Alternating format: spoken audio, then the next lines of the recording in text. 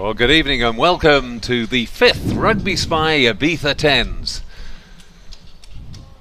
This year, a new venue. It's the Campo de Futbol at San Jose on the other side of the island. A new venue, a wonderful pitch here, and we're looking forward to some more exciting rugby. And this evening's schedule, just a little opener. We kick off with a special match between the IBIZA RFC Junior club teams playing each other, just to show that rugby in Spain is taking off and being played very enthusiastically in the islands as well as on the mainland. And that's followed by the competition proper getting underway. There are 3 categories in that: the men's open, the women's, and the men's elite, which doesn't start tomorrow. So our first match is going to be the Wooden Spoon Anti-Assassins versus the Royal Signals in the men's open. We then go to a women's match, Irish Rugby Institute against the Sinners, and we finish up this evening with the IBIZA RFC versus Barefoot projects. I'm joined in the commentary box by Scott Eburn. Scott, looking forward to this one? Yes, definitely, John. It's going to be a cracking weekend, 3 days of rugby, or 2 days and 1 evening as it is this evening. Been great temperature here today, 26 degrees, so the team's certainly going to need to keep hydrated. Yeah, one of those problems that you get that you don't get in Britain, but you certainly get rest of the world. Not unique, but out here the weather, of course, can be very, very hot. I wasn't here last year, but you were. Apparently it was absolutely boiling. Yeah, I think the temperature on the pitch got something near 40 degrees for the 2 days of action, so 26 is certainly something which is a lot cooler for the team, something more bearable for rugby union here this weekend. Right, well, we're looking forward to it. We shall be expecting at the top end some really, really competitive, good rugby from the men's elite, but it's also a social competition, and there'll be a great deal of fun rugby for clubs finishing up their seasons and wanting to celebrate what they've achieved during the season. Yeah, definitely. We've got 2 men's pools in the open, so they'll be kicking off this evening with 2 games in the pool 2. We'll see obviously the Anti-Assassins and the Royal Signals in the first game at 8 o'clock this evening. That's GMT +1. Nice shot of the mountains behind the ground here, John. And there we see the juniors from the IBIZA Rugby Club just getting into a little bit of warming up. They're not going to waste too much energy before they get started into their game. Looking a bit like footballers there, John, without their long socks on. I'm not sure what the traditionalists of rugby would say about that, but remember, you can get in touch at RugbySpy on Twitter, at RugbySpy, and use the hashtag AskJT. So if you've got any questions for John this weekend, that's where you should direct it to via your Twitter feeds. They'll also come to you as well, Scott, but we felt it was a bit too long to put 2 names in on the caption. Yeah, well, perhaps how to apply sun cream and not get sunburnt for my red hair is a good question to ask. So things just warming up and getting ready. A low-key start this evening, just easing into the tournament, but a full day of action tomorrow, Saturday, and then it's finals day on Sunday, and big prizes to be won, in fact, for the men's elite. So quite a lot riding on it. This new ground, Scott, really an idyllic setting. I mean, set out here in the countryside. San Jose, lovely little town. Yeah, delightful, isn't it? Just up in the mountains on the west sort of coast of Ibiza, and we've got a great setting for all the action, and that is the main stand here in San Jose. Fortunately, our cameras down there not getting splattered by the pitch sprinklers, just trying to cool it down slightly. Yes, it's an artificial pitch, but it's a really good one. It's a new one, 3G, 4G, not sure which, but recently laid. It's quite lush, And talking of people being spattered, we've been spattered by the hoses, because the one thing you do need with these pitches is to get them watered and wet to take away any sort of roughness. I can remember playing on very, very early artificial pitch, actually at Queen's Park Rangers Football Club, playing a 7's competition there. Somebody saying it would be a place where we could play quite happily, and we took so much skin off ourselves that we all vowed we'd never play on artificial pitches again.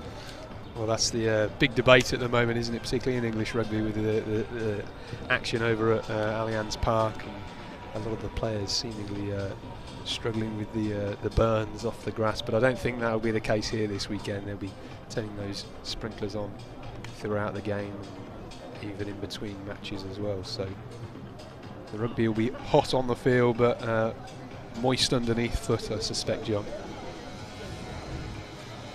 And one of our esteemed security men there, marshalling the players on and off the pitch underneath us in the stand.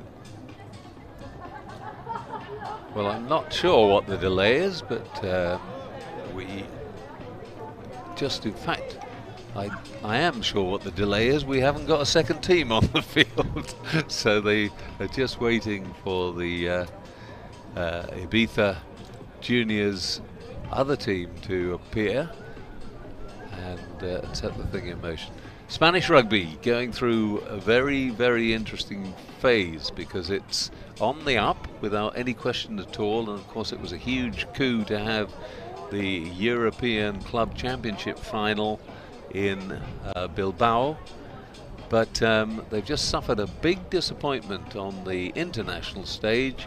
Looked as if they were very nearly qualified for the World Cup in Japan, and then it suddenly absolutely all went haywire. They played what should have been their final qualifying match, as they thought, against Belgium.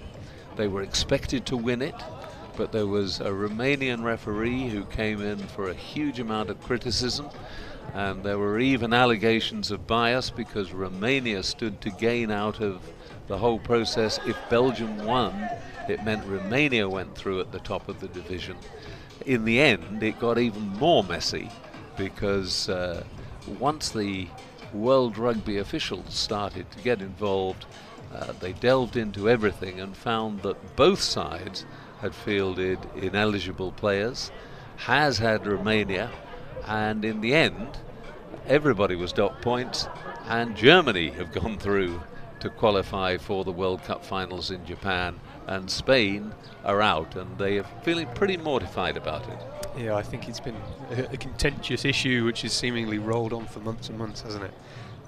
But Germany, the profiting country in the end, so it'll be interesting to see. And they've certainly, over the past sort of 4 or 5 years, really progressed in their rugby as well, and becoming something of a, definitely never going to be a national sport in Germany, but it's progressing through the ranks, isn't it? Well, it's happening just a little bit under the radar in Europe generally. I mean, one country that really has come through, Georgia, who are the top second-tier nation. There is a second division Six Nations Championship. Georgia won it again this year, and there's quite a call for Georgia to be given the chance, at least, to gain some sort of access to the top division. People are very divided about it. Italy haven't done very well since they came in and made the 5 nations, the 6 nations, but they do bring quite a bit of razzmatazz. They bring a big television contract, and generally I think people like going to Italy, and the powers that be appear at the moment to be loath to upset the equilibrium by perhaps talking about promotion and relegation between divisions 1 and 2. But there's no question Georgia, who have already qualified for the World Cup in Japan, are a force to be reckoned with. And Russia too are coming through in quite a big way. They are starting to plough more resources into it. It's becoming more popular, and of course they have a very big population. Yeah, and they've been involved on the 7's circuit, excuse me, for the past 6-7 years almost now, and been progressing well through the 7's Tournament World Series. So that's certainly helped kickstart their 15-a-side game, progressing forward. Yes, and it's interesting. Here we are at a 10's tournament, and again, it's an abbreviated form of the game, but it's a really useful form of the game for countries who perhaps haven't got a big tradition of playing 15-a-side rugby. It's a great way of giving players a bit more room to show off their skills and get the feel for rugby. We've seen in 7's countries like Kenya coming through and proving to be a real force, which they just couldn't do at the 15's level. And the same thing has happened with countries like Russia, and 10's is that nice bridge between 7's. 7's is very definitely for the very, very athletic player, no room at all for the big lumps. But in 10's, you're getting, I mean, someone described it earlier today as 7's with rucks. Still a lot of room on the pitch, and it gives a chance for the runners to show off their skills fantastically. But when you're actually honing those other skills too that you're going to need to take into 15's, it provides a very, very useful conduit. Yeah, definitely, and you get a bit more of a balance between the forwards and the backs, don't you? So an opportunity, especially for our social sides this weekend, perhaps at their end of season tours, to bring a mixed bag of players, and it's interesting to see what sort of swing the elite sides will do in the backs, whether they go for the juggernaut big runners or keep it all flair with the light outside backs. It'll be interesting to come across those sides tomorrow when we reach the elite competition. But still a bit of a pause here, John, waiting for these. Well, exactly. I think we've covered just about everything we possibly can at the moment in sort of putting this in context and where we're going. More shots of the scenery. Ibiza, as always, beautiful, very popular for partying. We came out in separate planes, Scott. I had a couple of hen parties on my plane. I think you had even more, didn't you? Yeah, I think it was something like eight stag and hen parties.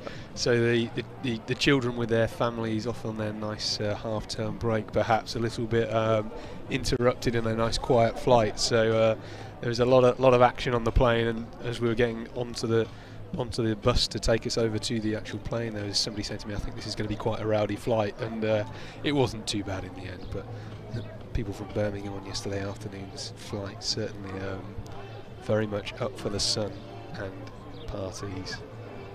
But a few families as well looking for a quiet breakaway. And had quite a nice tour around the island yesterday, going to all the various destinations, and everybody seems to be having a lovely time, and hopefully we catch a little bit of sun.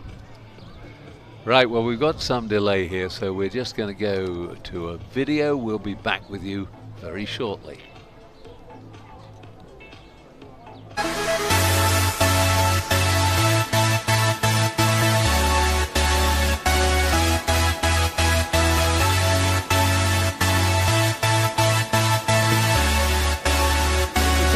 For the Tigers, breaking through, and it's going to be a score for the Tigers on the try line.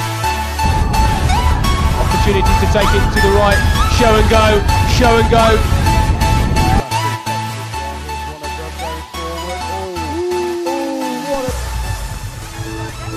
A break on the outside here into the outside channel, a little pass over the top, and it's to hand, and it's a try.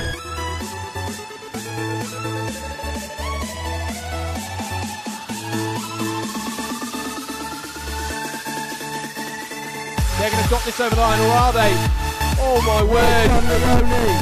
Oh my word, a certain try has been held up. The police trying to recycle the ball.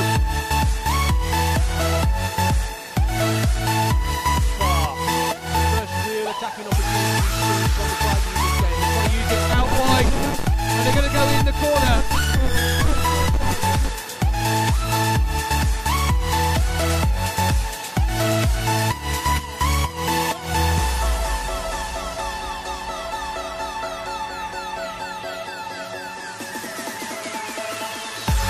Going away.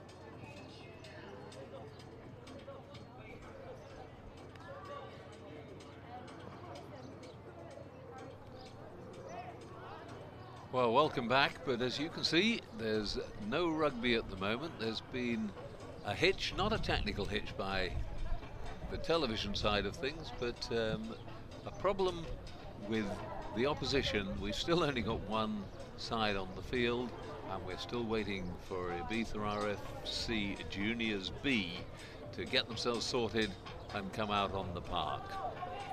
So we'll leave you again, but we'll be back with all the action when there is some.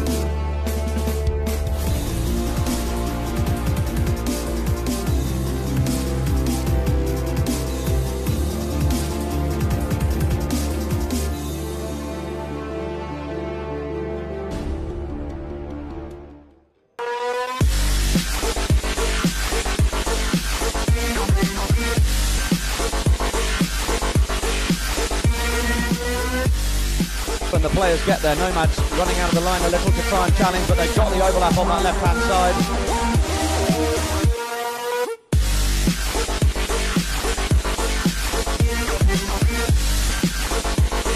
On the outside now, and they could be going all the way, and this could be the winning try. It needs to be a tap tackle if they're going to get there.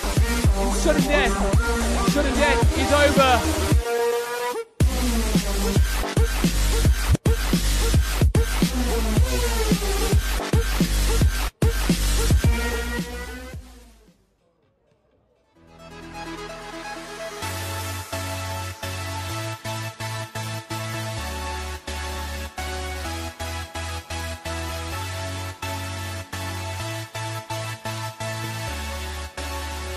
On for the Tigers, breaking through, and it's going to be a score for the Tigers over the try line. Opportunity to take it to the right, show and go.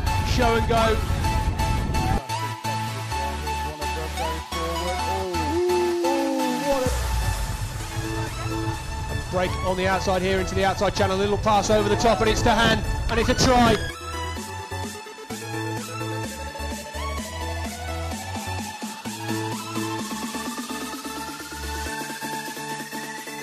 They're going to drop this over the line, or are they? Oh my word! Oh my word, a certain try has been held up. The police trying to recycle the ball.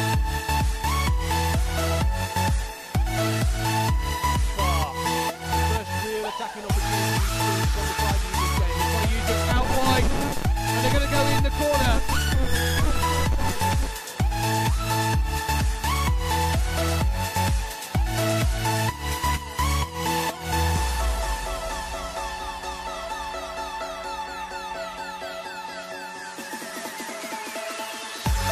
Going away, can she score? She's going on her own, and she stepped the cover, she slipped the cover.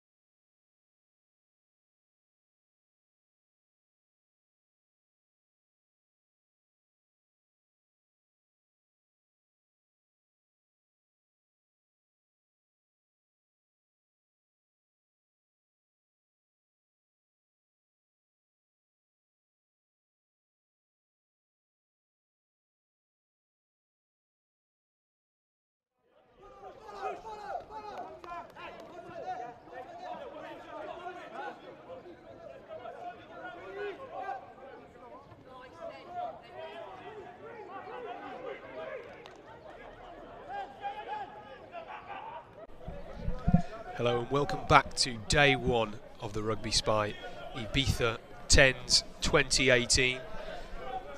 We're in the lovely town of San Jose, preparing for our first game of the weekend, and which will see the Wooden Spoon Anti-Assassins take on the Royal Signals.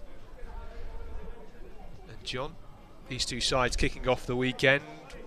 Any idea what sort of affair from watching the teams warm up we can come to expect?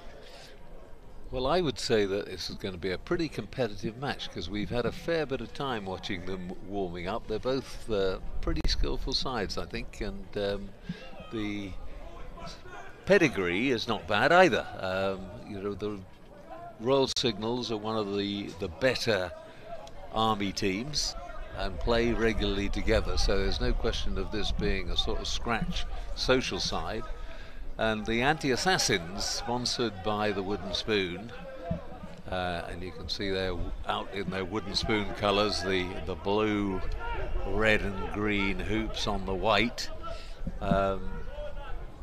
They're drawn from some good clubs. I mean, established Wharfdale, Fylde, Waterloo, Harrogate. They're very solid northern clubs, and they've always had the reputation of being a sort of barbarian side from the northwest of England. So good quality. In a way, I'm surprised they're not in the elite competition, but they obviously decided they weren't going to take this too seriously, and they're here in the men's open competition. And this at last looks as if we're ready to go, Scott. Yeah, we've had a few false starts almost, haven't we, over the last hour or so. Of course, don't forget you can get in touch on Twitter at RugbySpy, hashtag AskJT. Please do let us know your thoughts on the action this evening, and of course throughout the whole weekend here. Temperature now in San Jose just trickling down into the low 20s. Bit of a breeze, John, as well. We're slightly chilly up here in our commentary position. It is.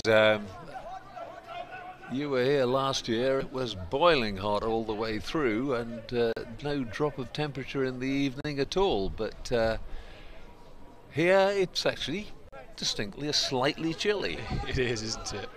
Perhaps wish we'd brought a long sleeve with us this weekend. Well, that's our referee, our chief officiator this weekend, Daryl Chapman, addressing the teams earlier on his 5 key points. Yeah, and the interesting thing, I think he's just reminding or asking the captains whether they have any worries about the markings, because there are some strange markings for this being a rugby field. It's basically a football stadium. Ideal though for a tournament like this, but because it's on artificial turf, it's much harder to rub out the lines than it is on real grass. And a few adaptations have been made. They're using some of the football markings as the guidelines. So I think he's just checking that everybody's absolutely happy as to what constitutes the 22, which in fact will be the 18-metre line, the edge of the penalty box in football in this one. That's really the main point out. Of course, due to this being a football field, the posts are actually going to be on the dead ball line, so 5 metres back from the try line, so they won't actually run through the posts to score. We hope. We hope.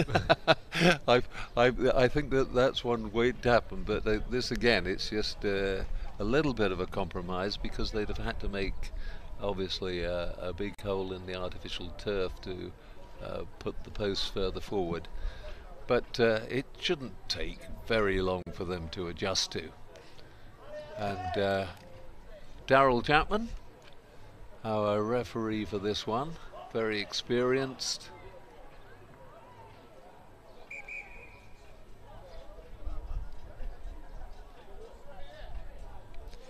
last time I saw Darryl was in the winter of 2017, officiating at a championship rugby game in Nottingham. So I think they were perhaps playing Hartpury that Friday night. Much better conditions here in Ibiza this weekend.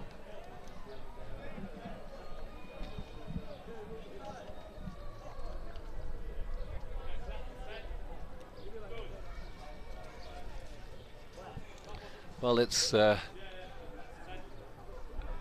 last I think we are ready, and the green and grey, I think it is, or green and much lighter green hoops, they're the Royal Signals, and we've already said that's the Wooden Spoon Anti-Assassins in the white, mainly white strip, but with the blue, green and red hoops. So you've got England, Ireland, Scotland and Wales all tied up on those shirts. Wooden Spoon charity, named and started by a group of England supporters at a time when England were going through a very, very bad time, and they'd just been beaten by Ireland and Ireland, and decided that they ought to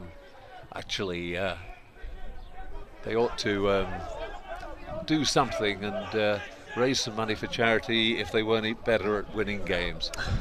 So that didn't go 10 metres, and the switch over goes to the anti-assassin.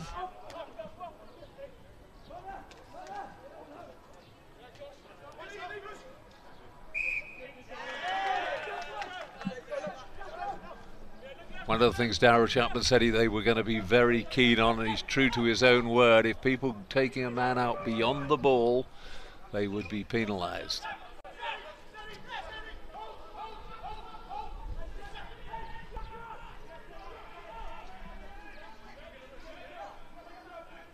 Right, first real attacking chance now for the Signals. Driving it up.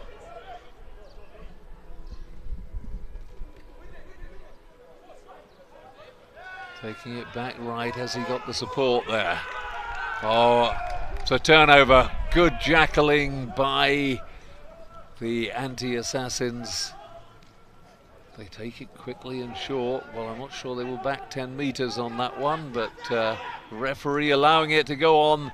Surely the Signals must go in there. They fumble it with the line at the mercy, and it was knocked on, says Darryl Chapman.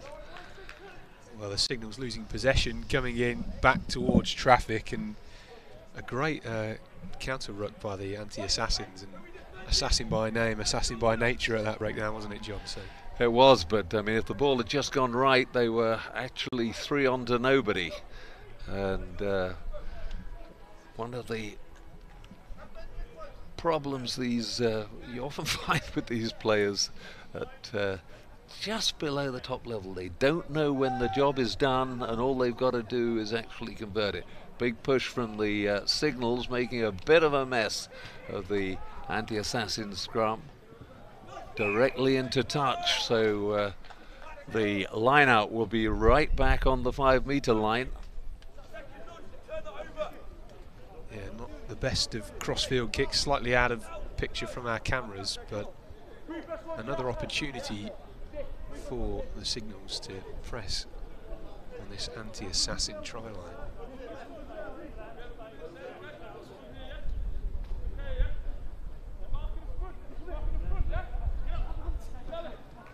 Well, the line-out drill certainly worked. The Signals again carrying it up. Wild pass there, but well gathered in. Good ground being made. Puts them back on the attack when they were on the back foot. Oh, well, was it a deliberate knock-on? In fact, it was, and Darryl Chapman going straight to his pocket. 2 minutes in the sing bin for that deliberate knock-on. George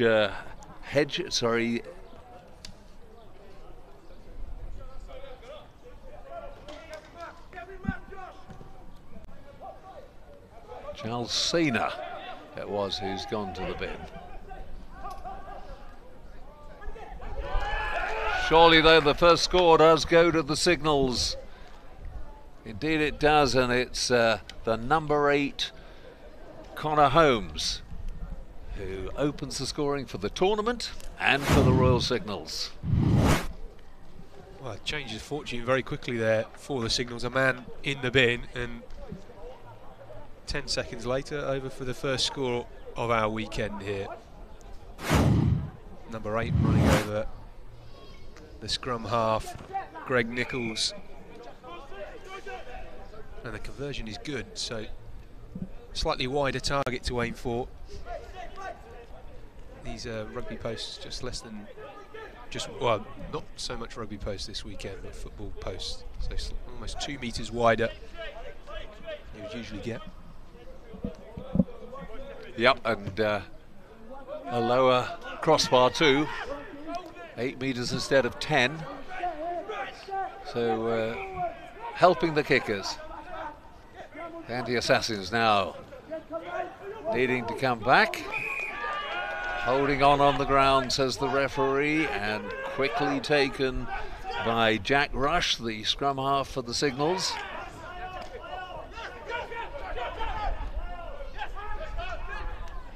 Get it wide. Oh, and stepping hard and through, it's Unaya Balakinasinga.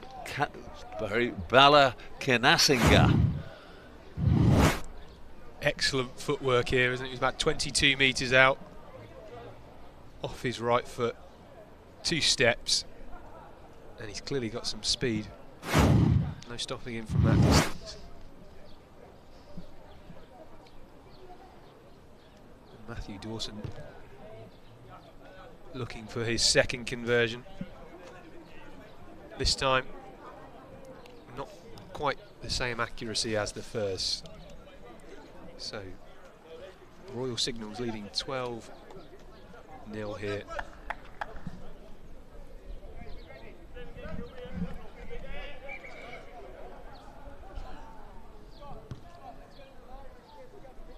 A competitive start to this game then, John. Yeah, the whole thing's very competitive. I mean, they're just, at the moment, the Anti-Assassins, who are just coughing up the ball too easily. They've got possession. Here they go again. They've got it back. They've done that bit well. But they're still now back in defence, and the defence of the Royal Signals in this very aggressive, and they are struggling to find space and get away. Important here, they just recycle. Oh, high tackle, says the referee.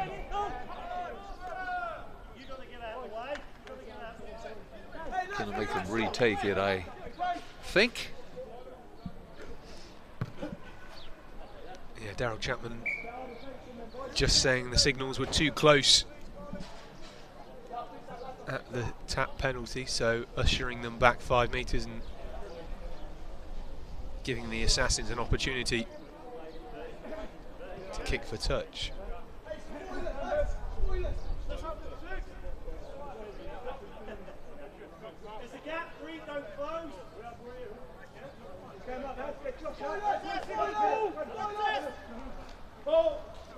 What are their drills like? Yep, they've done all that bit well.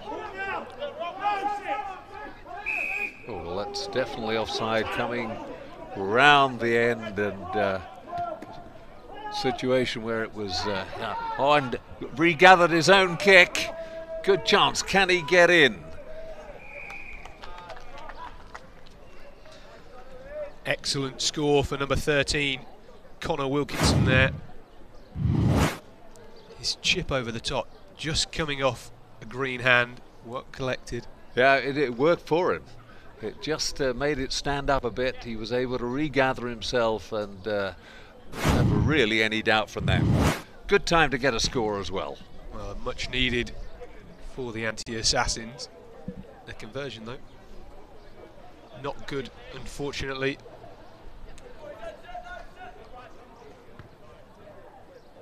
Just going to keep an eye on substitutions for both sides. We've only played 8.5 minutes or so here in our opening fixture of this weekend's RugbySpy Ibiza 10's. This is the first fixture in Pool 2 of the men's open competition.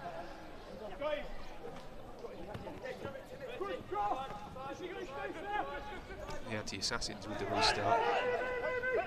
It looks like they have an opportunity here, John, to close the Signals lead. Yep. Big knock on there. They're playing advantage at the moment. I don't know whether he's called advantage over.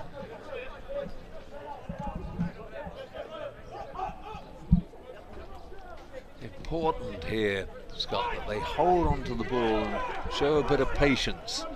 Well, they set it up, but set it up badly. The extra roll from the man who'd been tackled actually left the ball open for the turnover, and then through came the turnover, and they're done for hanging on.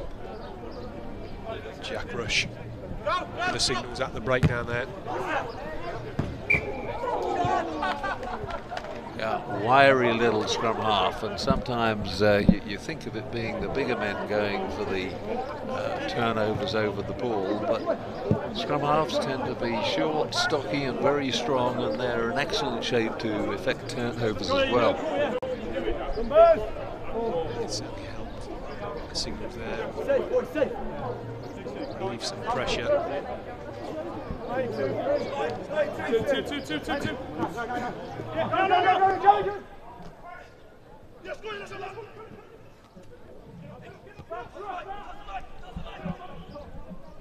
Dribbling out wide, but tapped into touch by Anti-Assassin hand, so the Signals with another line out on the far touchline. In fact, the referees whistled for half time, so no time for that line out, and the lead at half time 12-5 to the Royal Signals, and the Anti-Assassins just need to start protecting the ball rather better. Well, the Signals of course went down to 9 men in that first half quite early on, but still perhaps, John, the most convincing of the two sides so far in our opening game. And you mentioned it during that first half, but it was their tenacity in defence that really put the pressure on the Anti-Assassins, and perhaps the pick of the tries here. Number 13, Balakinsaga, coming off his right foot.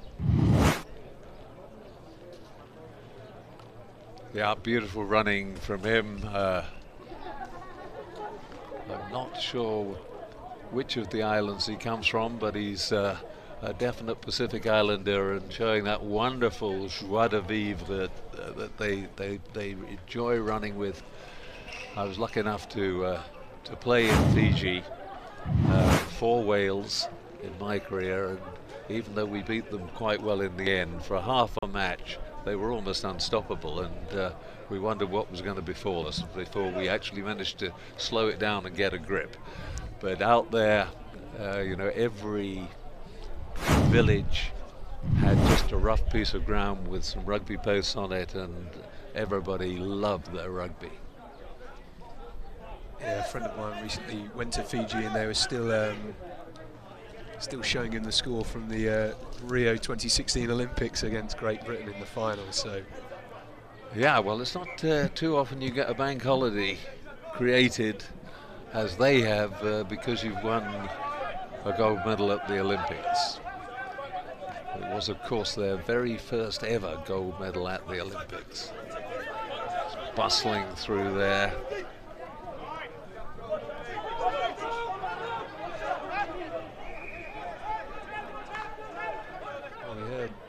Darryl Chapman, the referee, mentioned seatbelt tackles in the team manager briefing earlier on. Perhaps a shadow of one there, John. Well, if he was sticking true to his own rules, then you can't have judged it as a proper one, because he said that would definitely end with a card. But it was a bit high, and he's nicely put away. Offloading's good, but the pass wasn't good enough, and again The wooden spoon anti-assassins movement breaks down, but a knock-on then subsequently from the Royal Signals, and therefore the first offence counts, and Daryl Chapman takes them back for a scrum. Bit of a slow start to this second half. Neither team really holding on to possession at the moment, are they? And it's a necessity for the anti-assassins if they want to try and get back in this game and kick off their weekend in style.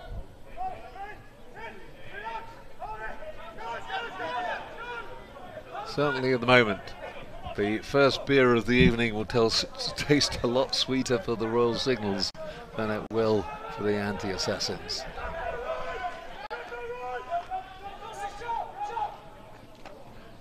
Looks to put his man away, but it was a blind pass and straight into touch, line out to the wooden spoon anti-assassins. We mentioned before the kick-off, John, as well, looking at the two squad lineups, and the Signals, they've got 16 in their squad this weekend as opposed to the 13 for the anti-assassins. And how much do you think that's going to play in where this open competition goes? Well, I don't think it'll play in yet. It might play in, though, towards the latter stages of the competition, where there's going to be some very tired bodies out there come Sunday, and there'll be a fair bit of socialising as well going on, so that doesn't help recovery. But I can't see people going into ice baths and not having anything to drink at all during the evenings after the matches here. But our first stoppage for injury, I think he's okay. I'm just looking to see who it is. I can't see the number at the moment. Is he going to be subbed off, or is he going to stay on? The lonely man on the bench. Well,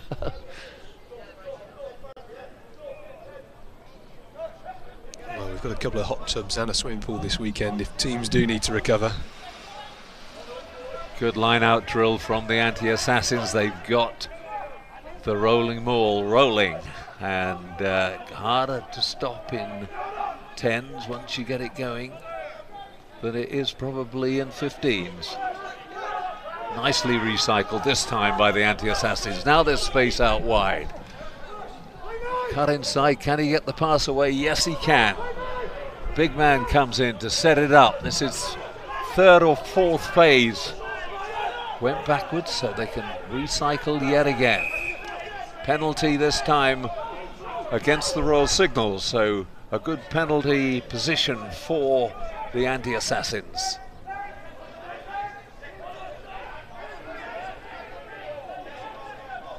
That's good, says the referee. It is a tackle. Again, they've recycled effectively. Takes the tackle. Got to get in and support him quickly. They do it this time.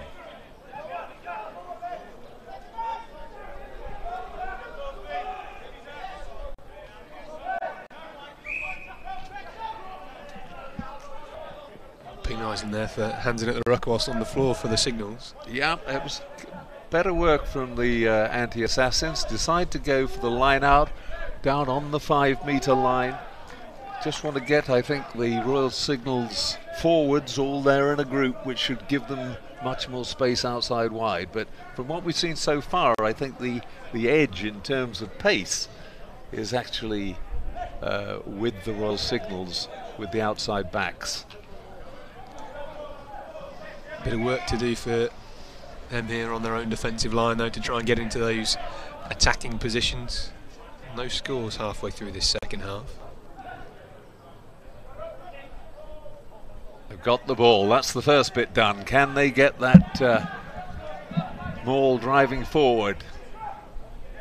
Quite prepared to put everybody in there. They've got it rolling. They've got it rolling. That's the try line. It surely must be a try. It is. Daryl Chapman spots the touchdown. Who comes up with the ball?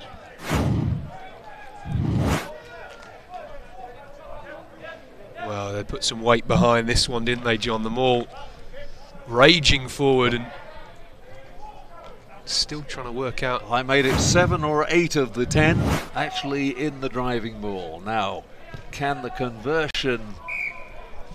The conversion was good. So, Robbie Davidson, the Wharfdale centre, kicks the conversion and we're all level. In our try scorer, Ralph Wellock. So the winger getting stuck in the heart of them all there. Don't quite often see that in a 15-a-side game. So 10's taking everybody at the moment in this anti-assassin side. And we've got a real game on. 12 all into the last quarter.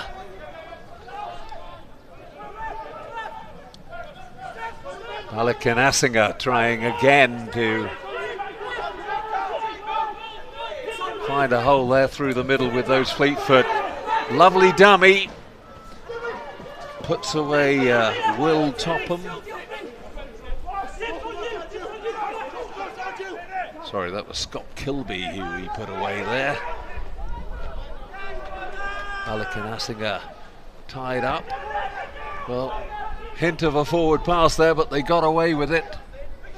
The signals now. Could they find the decisive score? Good defence from the AAs, but they've been turned over. Well, he's trying to claim he was instructed. I don't think there was a hole there. And the anti-assassins,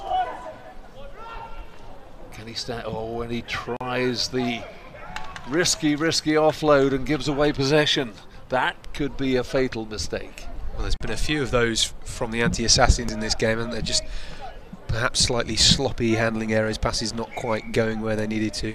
But it now gets into the very crucial area time-wise, and with the Royal Signals really on the attack and having to put in at the scrum. Just a little bit of slick handling and they could be in for the decisive score.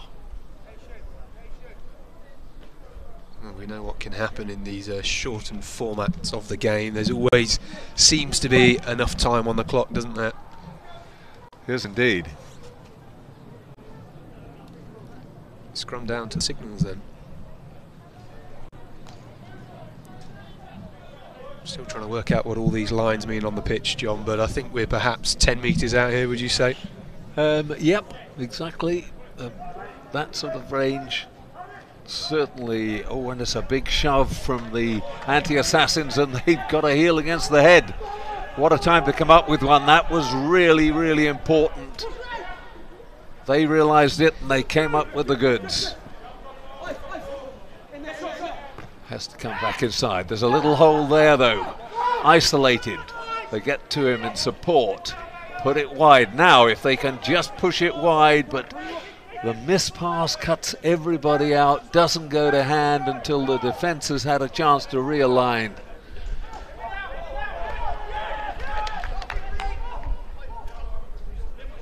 They've got to start again. Chance to put him away down that side. The pass again goes in, but they've turned it over. Well, we said the ball can change hands quite frequently, and from almost seemingly about to concede a try, they've up the other end of the field and now inside the Signals half. So a good period of play for the anti-assassins. Yeah, they do need still though to be more aware of protecting the ball. If they'd just been a shade more patient there, that could have been the winning score for them. Well, it was at 5-on-3 out wide, wasn't it? Yep, absolutely. Half of the pitch to run it in, so... Man in trouble, Jamie Brooks, filed back rower.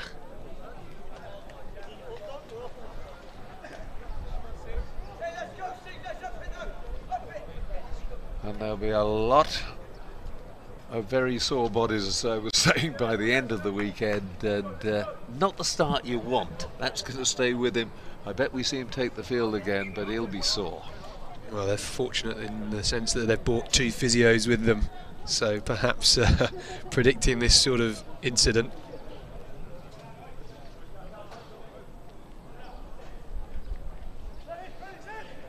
surely not long left to play here, John.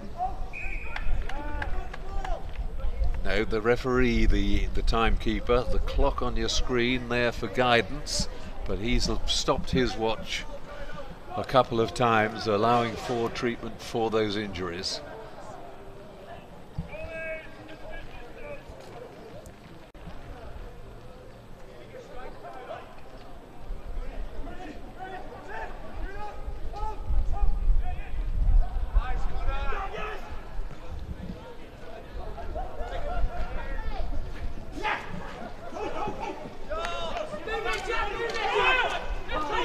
Doesn't quite go into touch, yes. I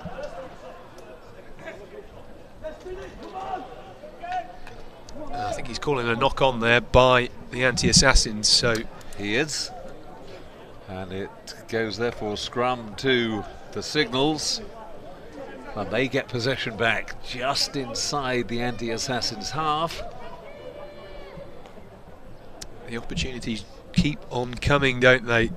Well, they do, and at this stage of the game, of course, this is a pool match, so it can end in a draw. Both of these sides, well, they want to get off to winning ways, don't they? Well, exactly. You really want to. It makes a big difference, but the biggest difference is losing that first game.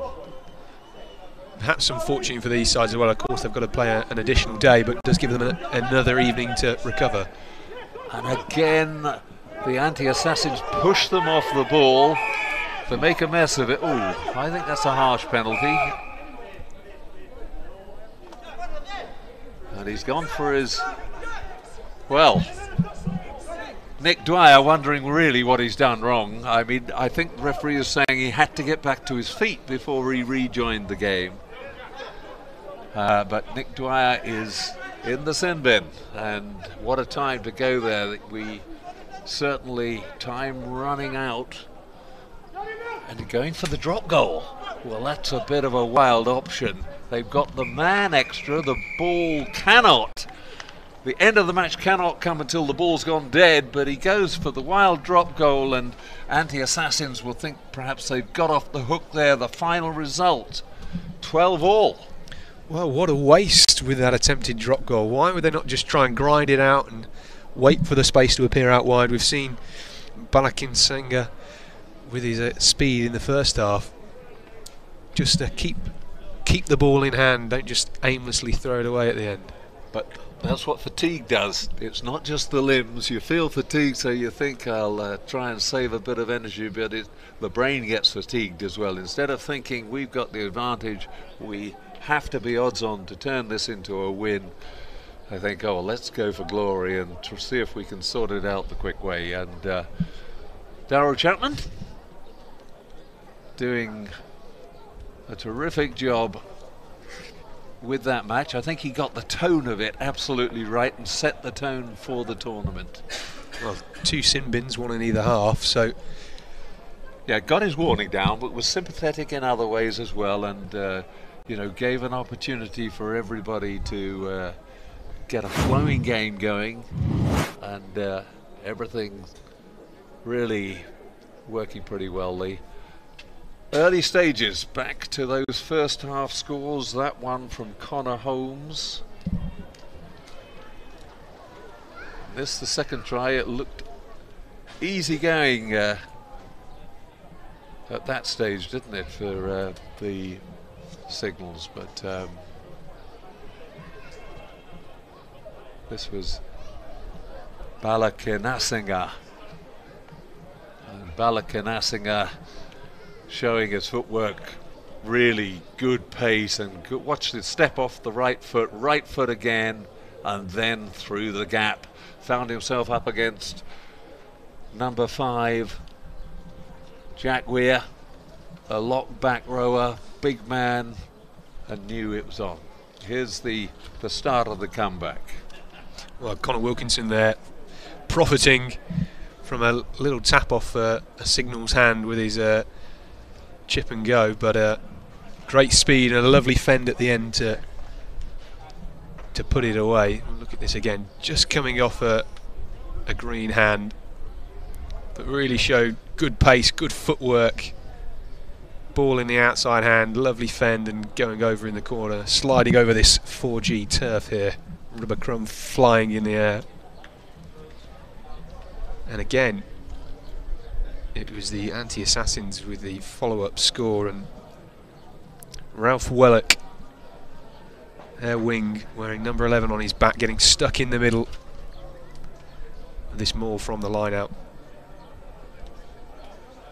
And that was what got them back in the game, and perhaps if it wasn't for so many handling errors, John, they could have come away with it at the end. Yep.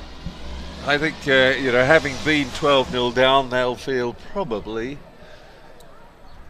the best. Yeah, perhaps slightly relieved.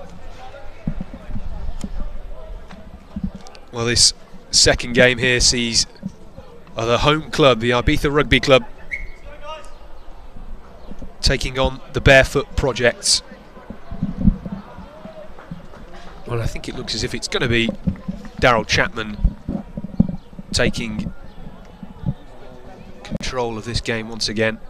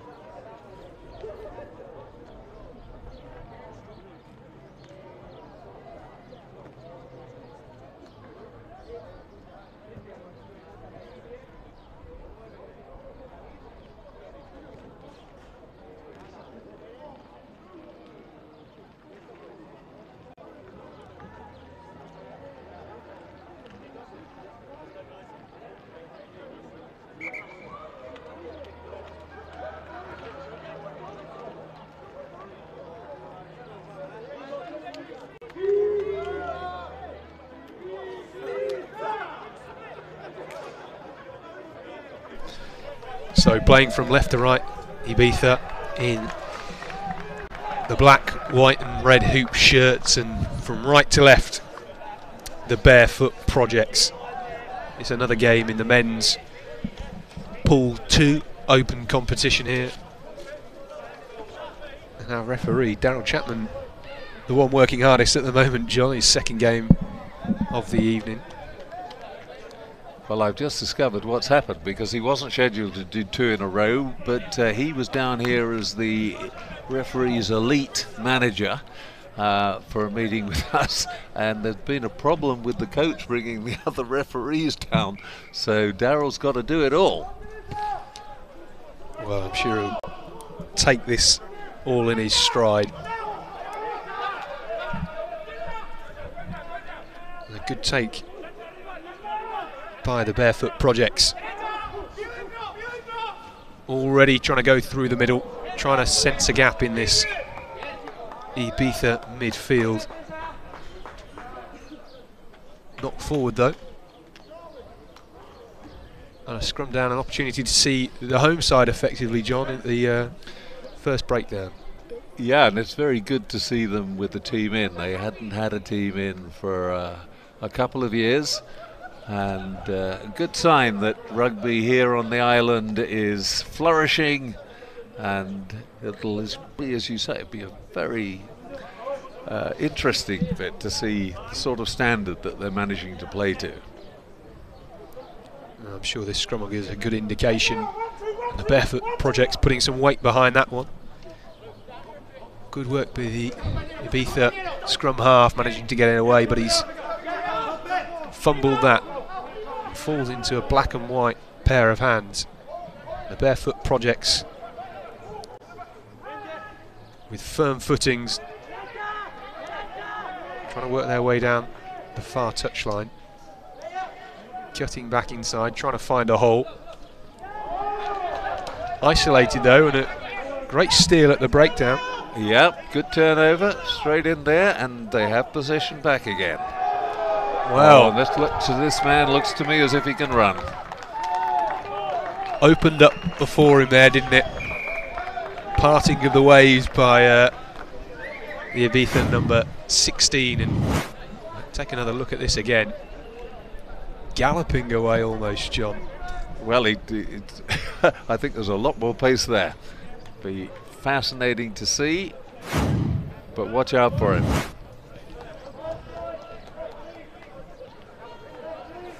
Well, perhaps wouldn't have predicted Ibiza to take the lead. We asked what sort of quality and standard they can bring to this tournament this weekend. And we'll see their junior counterparts tomorrow in a bit of a junior round robin against some teams from Mallorca.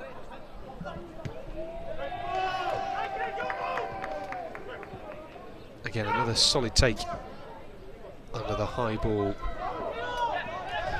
although currently lacking a scrum half.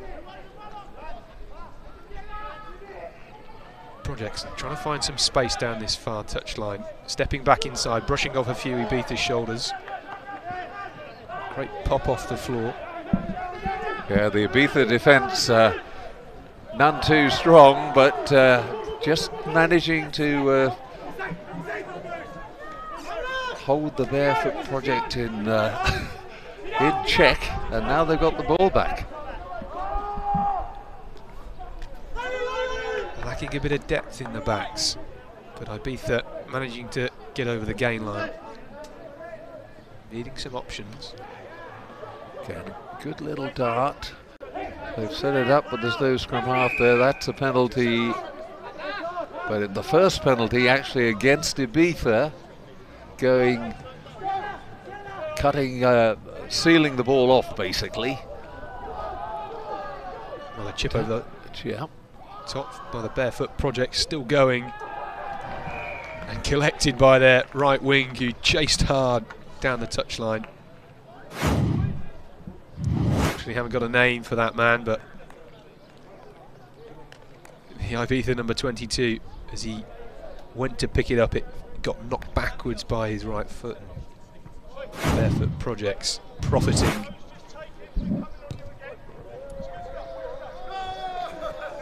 They can't make the conversion though, so 7-5, the lead to Ibiza. Well, the home side, John, will be looking to try and get it into their hands of their paceman who opened the scoring in this game. But again, a few handling errors. Yeah, which is what, to be honest, I sort of expected from the Ibiza side. That didn't go 10. So Ibiza get the free kick from halfway. Chest pass, trying to go down this right wing, Ibiza. Nice offload after the tackle there from the Ibiza number 4. Knock on there, advantage with Barefoot. Daryl Chapman calling advantage over. Opportunity for Barefoot projects to run from deep, cutting through the midfield. Still going, eventually taken to ground. Another great contest by Ibiza at the breakdown. Yeah, winning the breakdown, all important. Nice little reverse pass. Penalty to Ibiza as they got no advantage there. Well, that's what's keeping them in the game at the moment, isn't it, John? The breakdown for Ibiza. Although they're kicking perhaps not quite up to scratch, although that did roll in just inside the touch. That has gone, that's in fact the perfect kick. So it'll be a line out just 5 meters out from the Barefoot Project Lions try line. Remember, the try line, not the back line, it's the second line up, because the posts have to stay on the dead ball line as they can't be inserted into this artificial turf. Ibiza have done the first bit. They've come up with the ball from the line out. Bit of an unequal contest there, trying to go through the centre against a big strong tackler.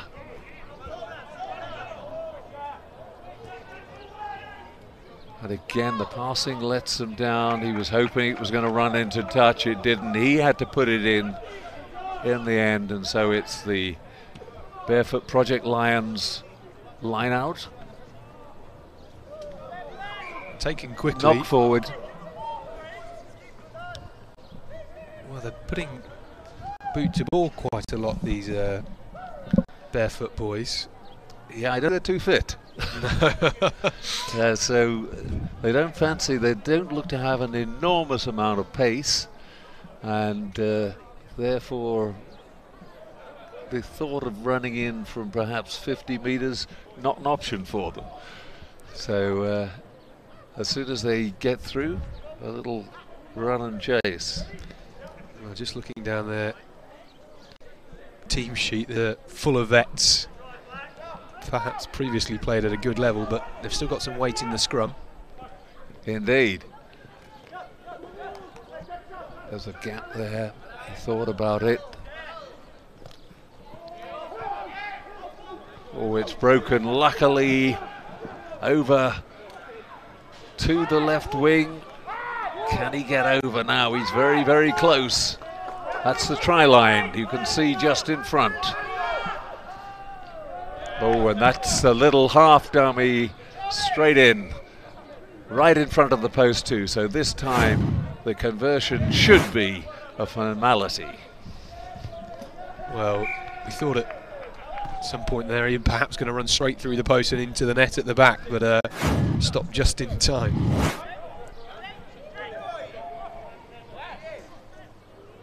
Successful conversion though, straight through the upright.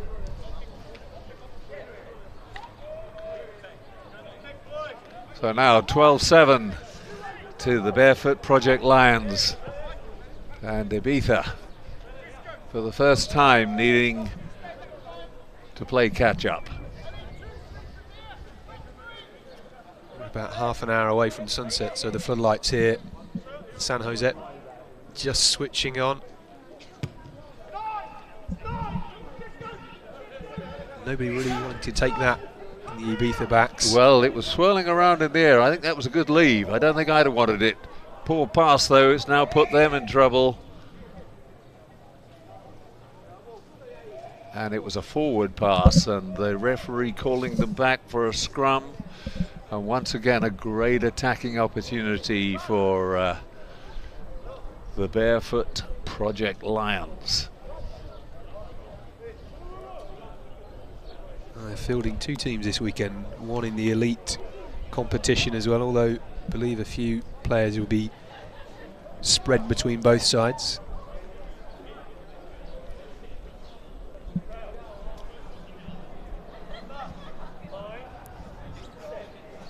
Five metres out.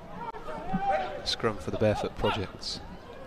Well, it was almost too good a hook, but it broke well in the end for the scrum half, and he was able to make the outside break. Good pace, good try, and that starts to create a real gap.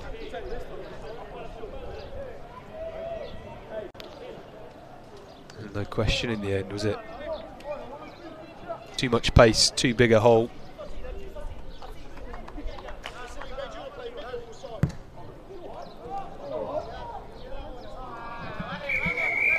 That's half time. Conversion not successful, and just looking at the expressions on the Ibiza side, their legs perhaps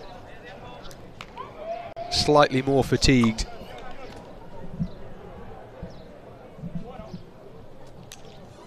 The Barefoot Project Lions, the social side, going in at half time certainly happier. So Ibiza with the first score through their galloping giant wing, but the Barefoot Project's Lions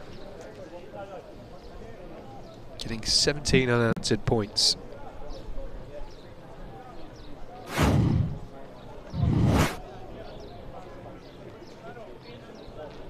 this the opening score, John. We liked the look of this one, didn't we? We did indeed. And as I said, I'd like to see him in space from further out, because I think he's a bit of a lethal weapon.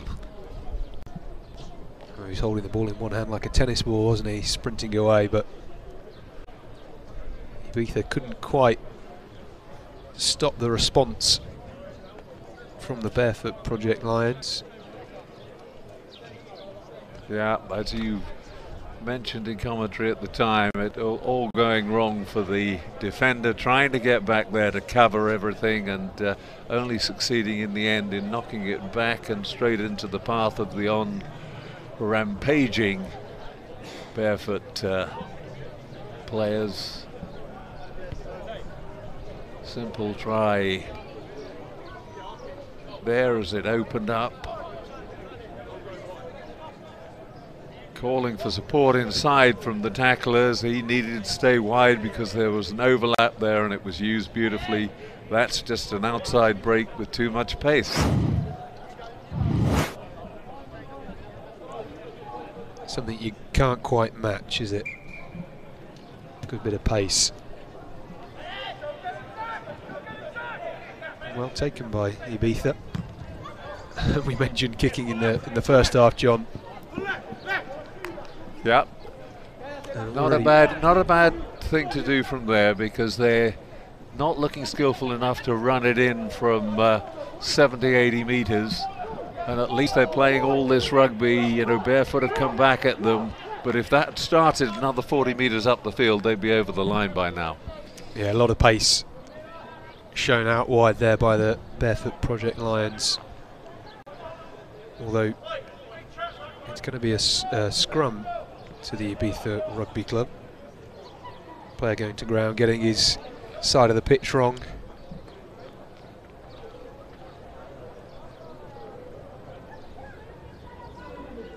A great shot of us here up in the nice stand. I don't know about a great shot.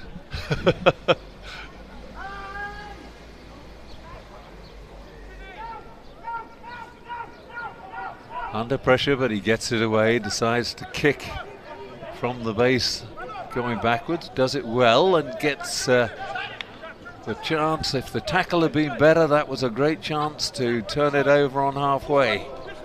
Spins out of the tackle, decides to go himself. One to beat. Now, can he stop him? No, he can't. Ooh, he's got to be careful he doesn't go over that dead ball line. Gets it down. No problem at all, and that should be game, set, match for Barefoot Project Lions. Open that lead now to 22-7, and that'll take some coming back from. Well, he had a lot of work to do, didn't he? It wasn't the easiest of scores, but the man who gave him the assist with the spin out of the tackle on halfway, creating the gap in midfield. Unfortunately, the conversion not quite matching the running skills for that try. But he is a vet. But he is a vet, yeah. We'll let him off.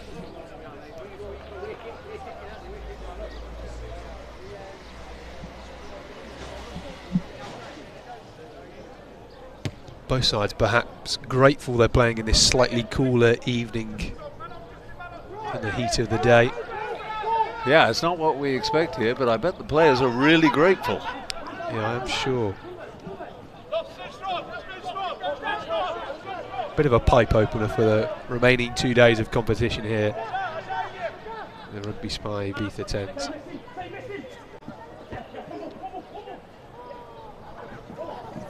Nice little shimmy, but the pass didn't match the work done before it.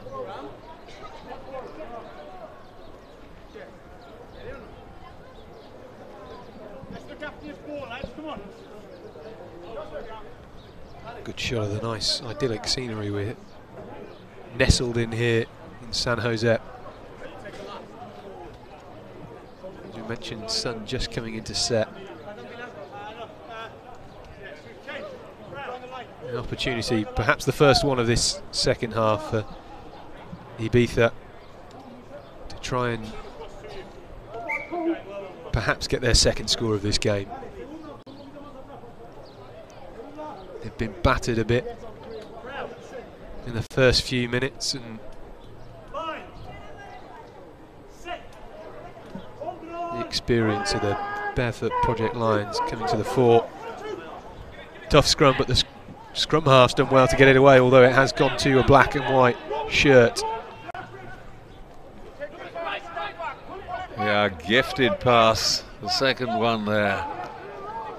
He's only going to put his head down and barrel forward, but holds on to the ball, manages to recycle it. That's the really important thing, the stab through.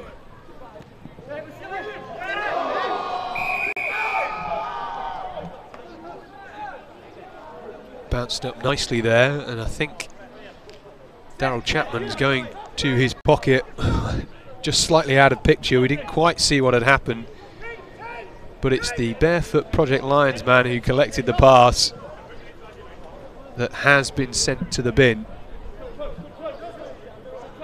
I'm not quite sure what for, I couldn't hear. But the ball now in the hands of the pace man for Ibiza, trying to find a gap. They've got an additional man here, and it's fallen to the hands of their fly half, looking to get the offload away. Scrappy on the deck. But Ibiza have the knock-on advantage and no advantage to them, so they get the scrum at least. Signs of life there. Final pass again, just not quite going to hand.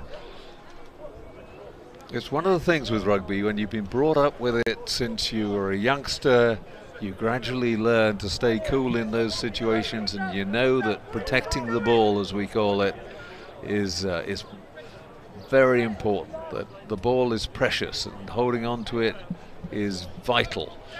Instead of trying the 9-to-1 shot pass, take an extra tackle, recycle it again, and go when you're in control.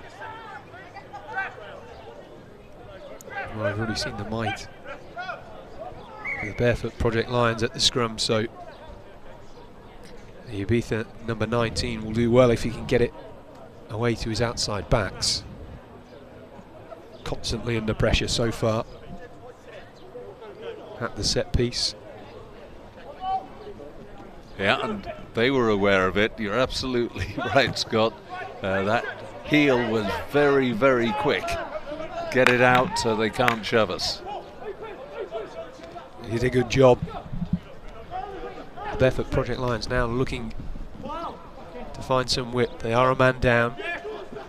Last time they came down this flank, they came away with a sin bin, so looking for something slightly more profitable this time. Well, somehow they've still held on to it. No offence there, said the referee. Well held, the pass wasn't great, but it was held, and that means it's another score to the Barefoot Project Lions. Very quickly taken conversion as well. Conversion was good.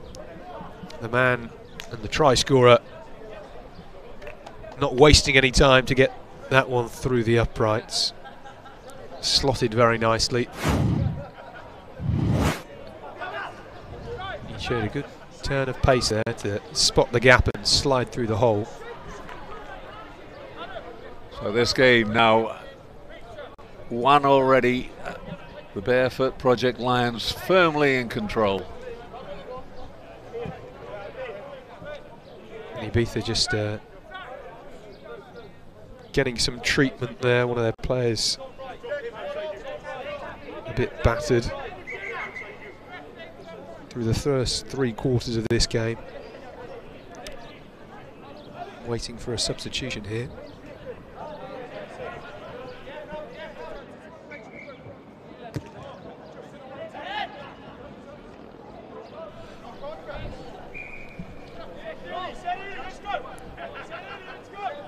Little knock forward there from Ibiza, so the scrum down 10 metres into the Ibiza half, put in for the Barefoot Project Lions.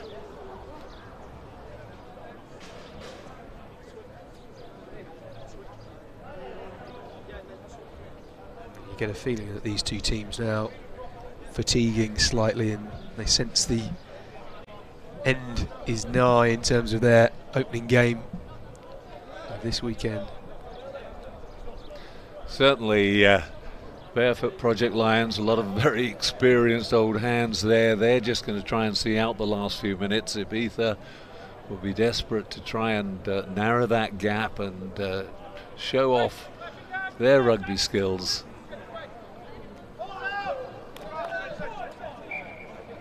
Well, that's surely...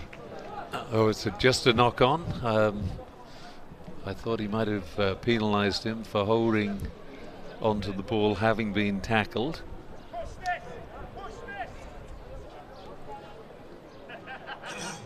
Well, it was good intent by the Ibizan scrum half coming around there, and interestingly enough he's got England rugby shorts on, so trying to show some pace down the outside. A lovely flick back inside, but it's fallen to a Barefoot Project Lions hand. Yeah, it was a wild one. Got the skill to actually pull off the pass, but really not the judgment to know when to do it.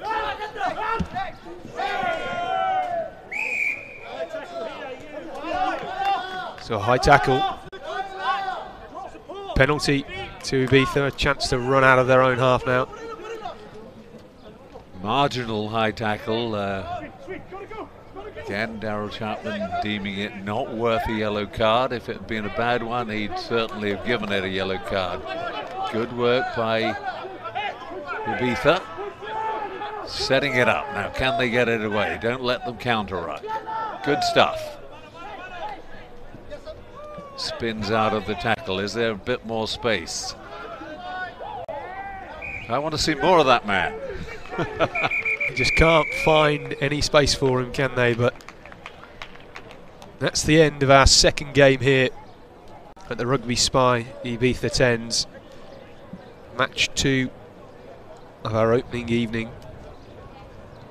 The final score, Ibiza Rugby Club 7, Barefoot Projects 29. The home side putting on a valiant show, but not quite up to the levels of the Barefoot Project Lions.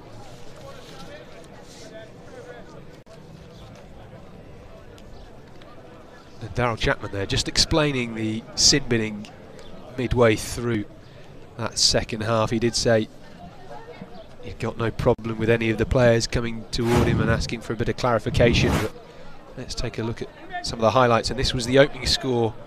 A great start for Ibiza. Ball in two hands, step off the right foot, put it in one palm, and strolled away to dock down underneath the posts. I can't imagine they're expecting that. Great bit of footwork and lovely turn of speed.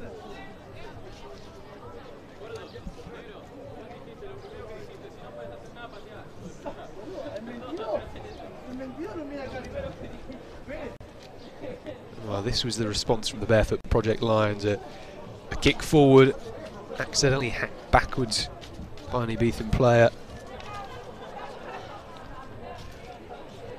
A good option, chipping into space, but just as the Ibizan back went to try and collect it, it knocked forward or knocked backwards into his own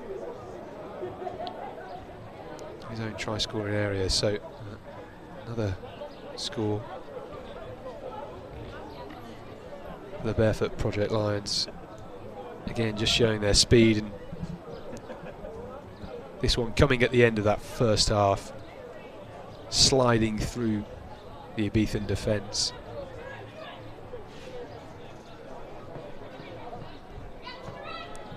Shows the dummy and goes. No chance of being caught out at that point.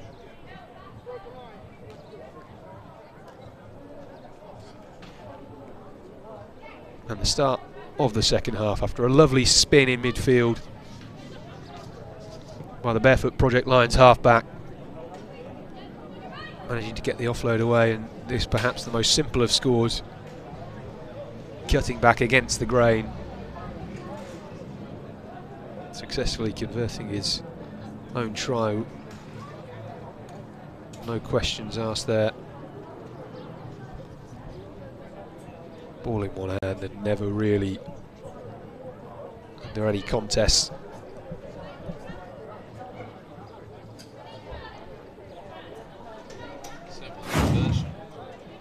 Simple conversion from in front of the post, and a real bunch up from the Barefoot Lions, getting their teamsmanship going for the weekend. Having started well, they're obviously determined to carry things on and through.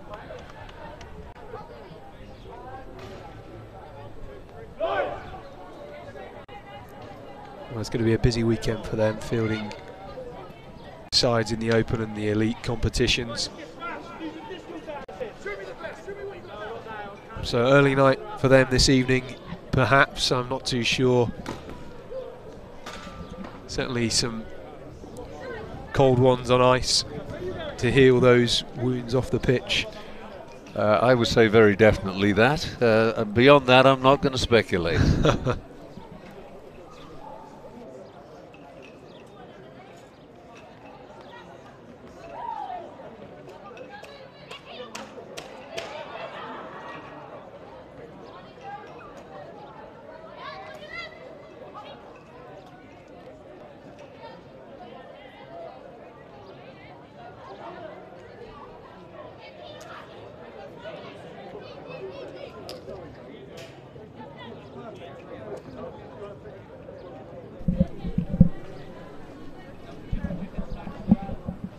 Right, we're going to take a short break from the action here. One more match to come this evening. It'll be the openers in the women's competition.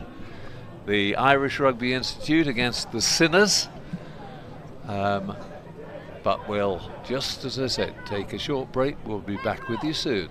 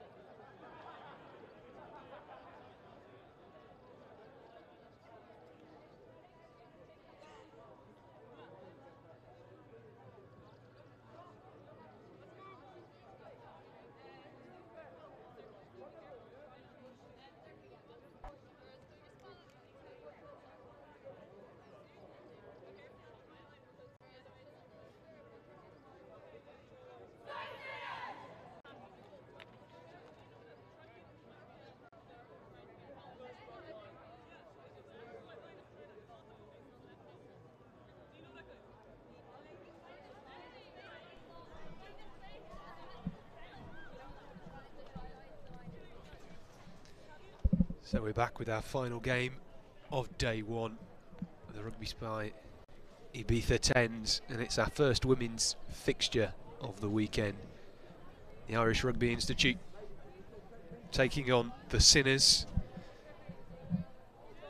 And it will be the Irish Rugby Institute with the kick-off playing in their luminous bright shirts from right to left. The Sinners in the blue and red strip, already looking to come down the outside channels, but brushed into the touch. Bit of pace there though, already evident on the left wing. Good to see so early on in this game, intent from these women's sides. Line out not as accurate, so the Sinners trying to break away. Pass rolling forward. Yeah, again, the attempt to get the pass in when you're off balance. Hold on to it. Well, there's perhaps been a theme of the evening, hasn't it, John? Just a pass quality not quite up to where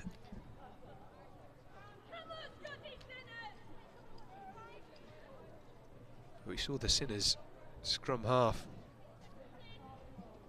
at the last set piece, charging round. So the Irish Rugby Institute will need to be fleet of foot here. Much better this time though. The Sinners scrum half still getting there. Good counter-rucking again from the Sinners. Irish Rugby Institute going backwards at the moment. Now they're on the front foot. Can they get the pass to hand? Yes, they can. That's a good one. Two beautiful offloads, and that's put away now. Was that a high tackle? Well, it was a fierce challenge, wasn't it, John? And the referee gives it as a high tackle, gives the penalty to the Irish Rugby Institute.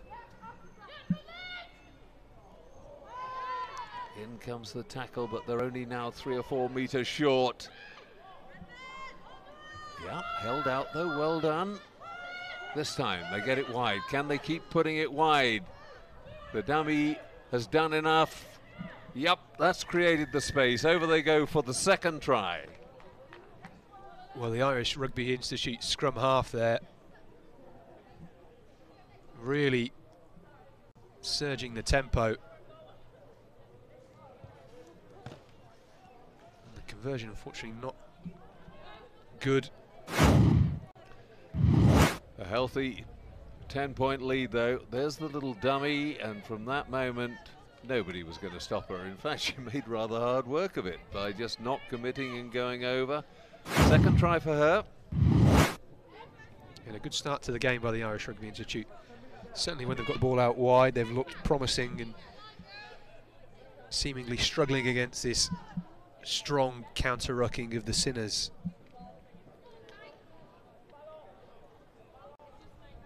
Just awaiting. They've lost a ball at the moment. Yeah. There it comes. Somebody's actually, and as always happens in these situations, somebody's just actually got it back from behind the post. Another one arrives from the sideline, and we then have 2 balls on the pitch. London bus scenario, isn't it? Which holds things up even further.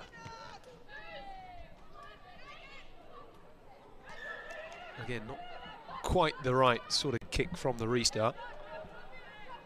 The referee bringing it back as it didn't go 10, so the Sinners in a replica situation that we'd seen 5 minutes or so ago. An opportunity for them to try and surmount their first attack. Referee says play on. Very much play on. I don't know what the Sinners forward thought she'd done wrong. Oh, and they called a high tackle there.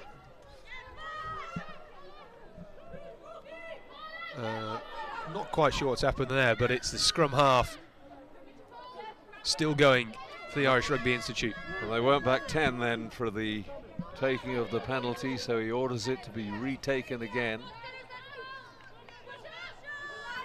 Coming down the near touchline, big hit by the Sinners. And the Irish Rugby Institute smashed into this near touchline.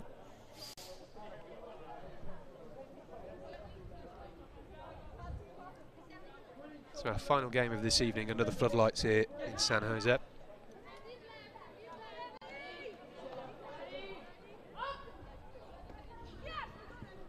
Timing a bit awry there at the line out. They got away with it. Oh, but good mauling, and that's going to be a maul taken in by the Sinners. I don't think they're going to get that down, so it should be a scrum to the Irish Rugby Institute. Intelligent play there by the Irish. Although, looks as if the referees brought that one back for earlier infringement, so... No, that's it. Yep, he's called the scrum. I think it's the girls who actually didn't realise what he was calling. And I think the heat's getting to everybody down on the pitch, John. Too much sunbathing on the beach this afternoon.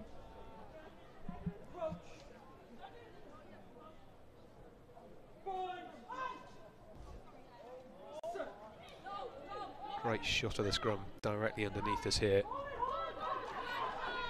Irish scrum half doing well to get that one away.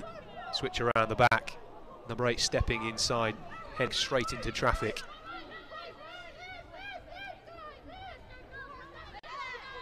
Looking to move that one wide. A hint of a forward pass. Still in the hands of the Sinners. Taken into touch, and he's going to bring it back.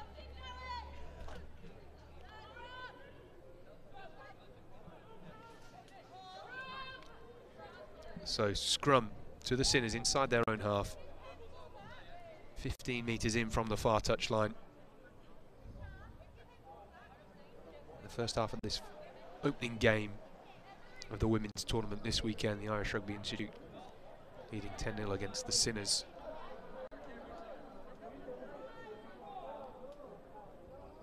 And despite the scoreline, John, these sides a good match so far. The Sinners with a better breakdown, although as we can see they're not quite the same handling skills. No, that's their problem. It is their passing skills are poor. Look, that again going to absolutely nobody. She wasn't expecting it. That was probably a little bit too much power on it, which again sort of made the receiver check her stride. Tries to get the one back away. Well, option scrum or line out, says the referee. Knock forward, and they're taking the scrum. Probably haven't had a lot of chance to work on their line out drills, so figure there's a little less to go wrong in a scrum. Let's see whether they're right.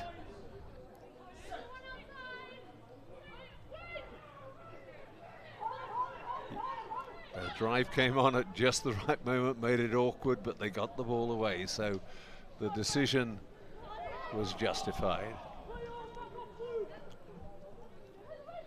Little knock forward by the Irish Rugby Institute, so they're playing advantage from a knock on at the moment. She got the pace to go all the way around the outside. Gets the pass away inside, that's better. Good pace here now. This could be. Oh, brought down just 5 metres short. Gets the pass away in the tackle though. Good stuff. Can she get over? Not quite. Recycle it. Go once more, girls.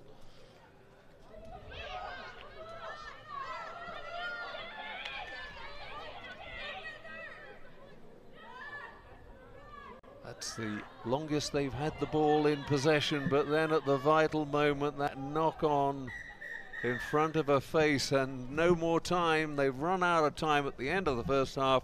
A terrific series of phases from the Sinners, but they couldn't turn it into a score. And at half time, it's the Irish Rugby Institute 10, Sinners 0.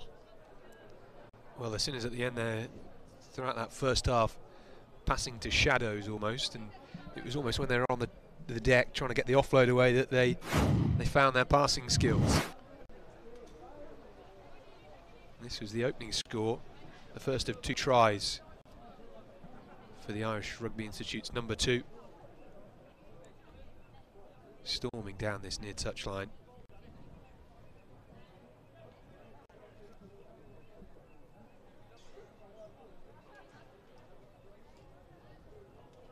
And this was her second try. As you said, John, made hard work of it at the end. Just cutting back in, trying to find the space.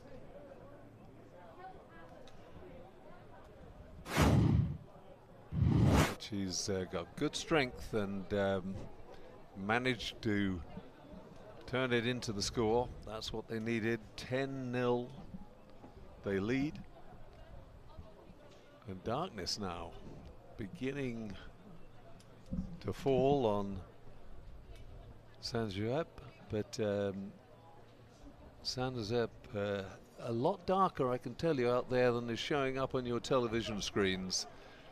The camera's doing a great job at making it appear daylight still, but it's really gone pretty dark.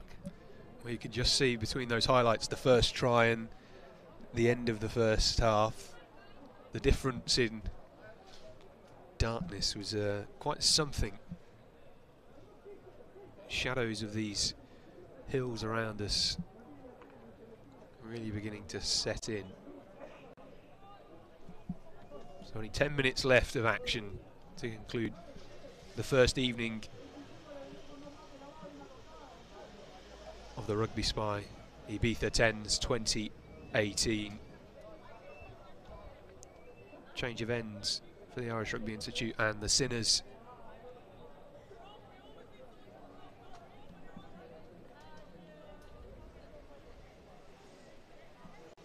And the Irish will look to try and press on from their 10-point lead at the break.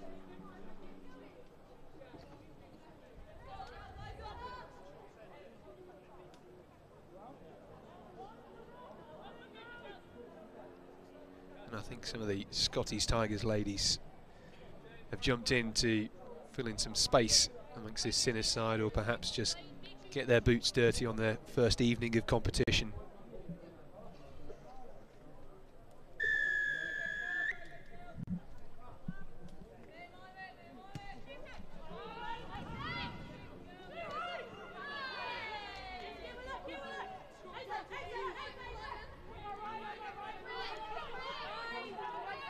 Well, they're playing advantage at the moment, and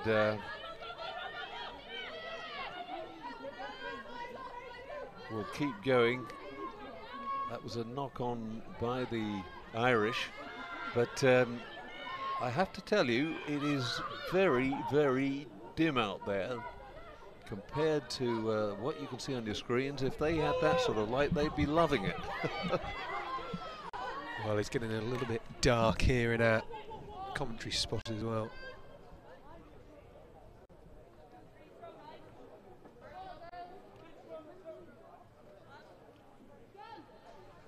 Another scrum to the Irish. We saw in the first half how the Sinners scrum half was reacting rapidly as soon as the ball was out the back of the scrum. So pressure on for the Irish number 9. Managing to get that one away. Bit of a balloon pass, but the kick pretty effective. Oh, and just picked up. Fell beautifully for the following up player. Good.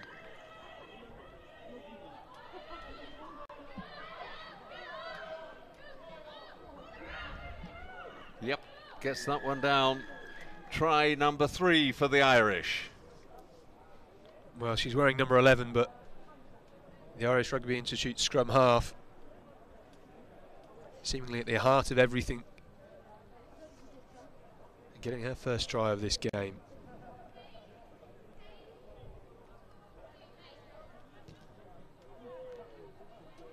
conversion, well, it would be a good football free kick, but perhaps not quite for a conversion. Take a look at this one again. Quick tap penalty from 5 metres out, and like all good scrum halves, reacting well, crashing over the line.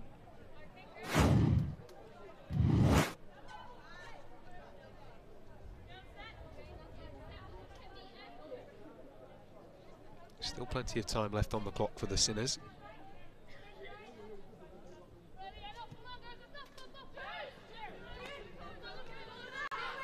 Well taken from the restart.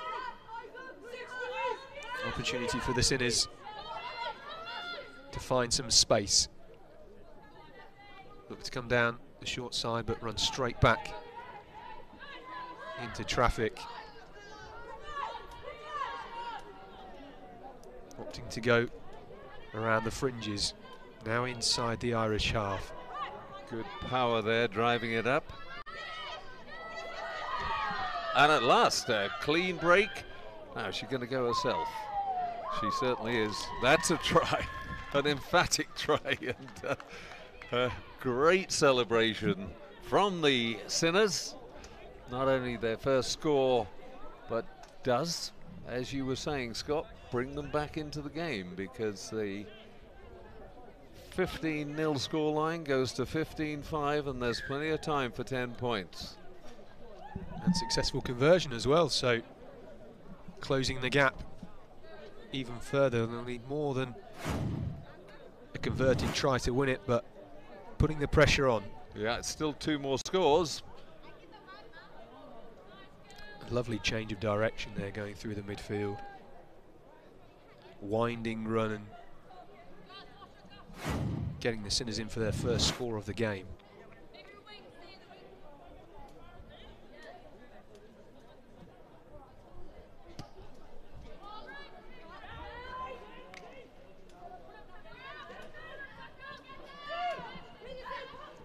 Double try scorer for the Irish, taking it into contact.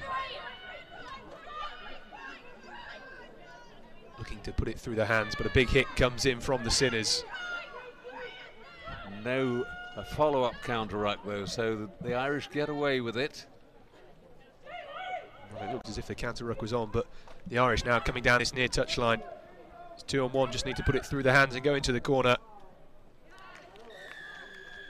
And that's what they've done. Using the space wisely, using their pace. And that's the try, I think, that seals the game. That certainly makes it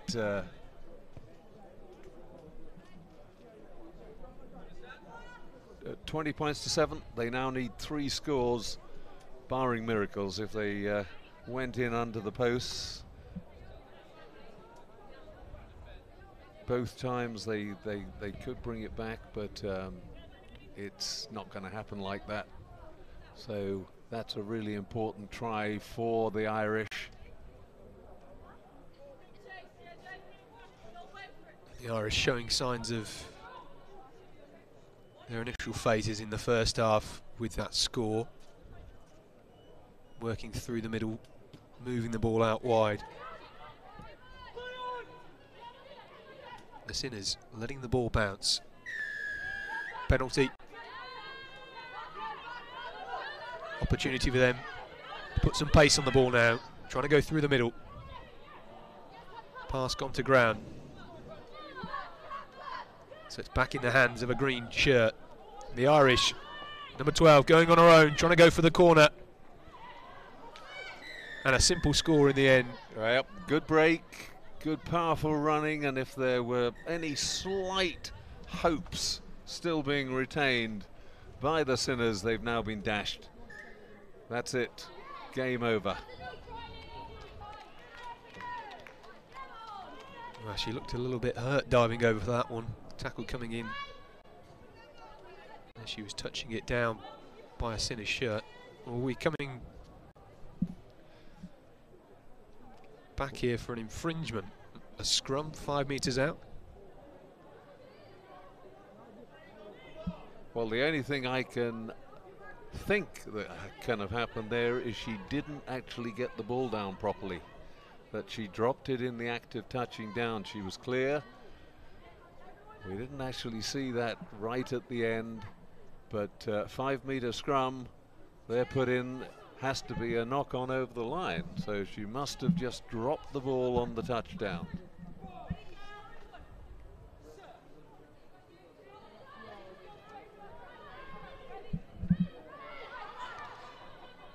Well, a strange turn of events there, but the Irish putting some pressure on Sinners, who are trying to work their way out of their own dead ball area.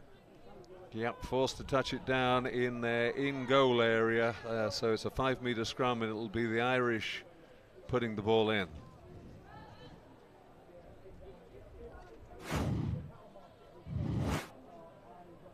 So we take a look at this again.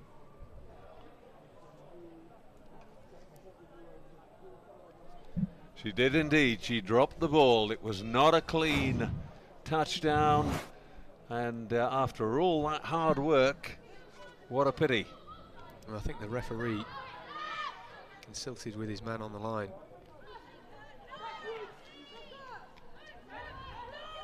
Looks as if that had gone forward, but the Irish still working their way towards all. Great counter-rucking once again by the Sinners. Penalty though coming to the Irish Rugby Institute. The scrum half trying to take the quick tap, brought back.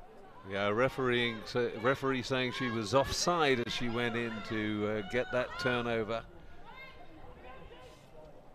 Looking to move it wide. They've got numbers over half the Irish side in front of the attacker, but at a canter, the nail in the coffin, and that is her hat-trick. So a great game, a great 3 scores for the Irish Rugby Institute's number 2.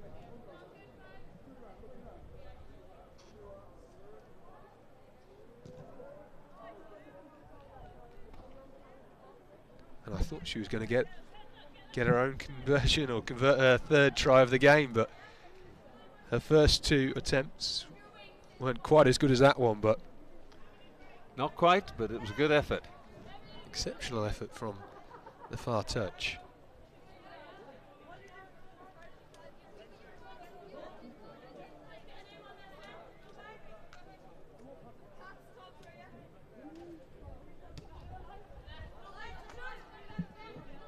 The Sinners just letting that one bounce.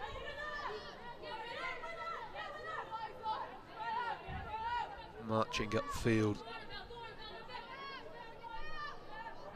looking for some support, but the ball's fumbled. It went backwards.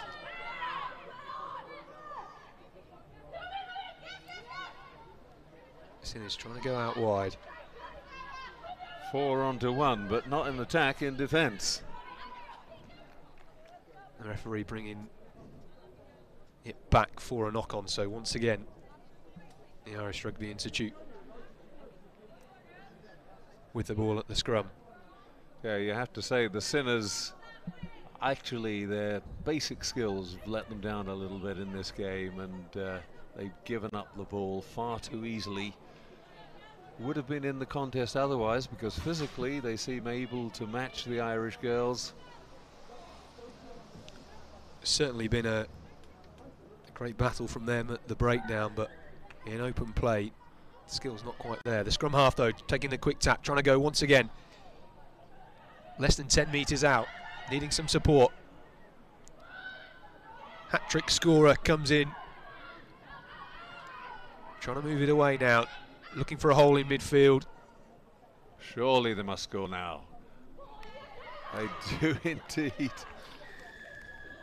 Just about almost forgot to put it down again, but held on to their passes at the vital time, and none of them went astray there, and they get over again. So it's turning into a little bit of a rout. Well, it's great timing from the Irish number 8, who, rather than just aimlessly throwing the pass away, stepped back in and then got the offload away in contact. I couldn't quite tell whether or not the try scorer there perhaps wasn't quite sure which line was the try scorer. An excellent conversion there in off the upright. And that, John, concludes our final game of the opening evening. Yep, that's the first we've seen of the women. There's the final score. Confirmation, the Irish Rugby Institute beat the Sinners 32 points to 7. So they're off to a flying start. It's been a good opening 3 games of action. And we start tomorrow at 10 o'clock Spanish time, so if you're back home in the UK, tune in from 9 AM. We'll have the Merlins taking on Renegade Rugby in our opening fixture of day 2. Yes, and tomorrow we get our first glimpse of the men's elite, the blue ribbon competition of this tournament. Just taking a look at some of the highlights from the second half, and the sole score for the Sinners, a 50-metre breakaway.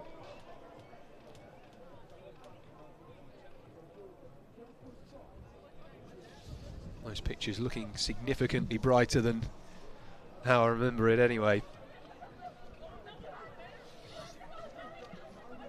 The Irish Rugby Institute using the width wide in the final quarter.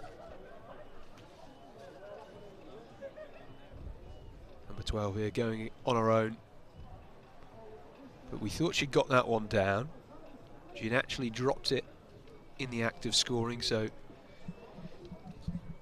was a scrum to the Sinners, and resulting in a hat-trick for their number 2, the Irish Rugby Institute's hat-trick hero in that fixture. And the final score at the end of the game.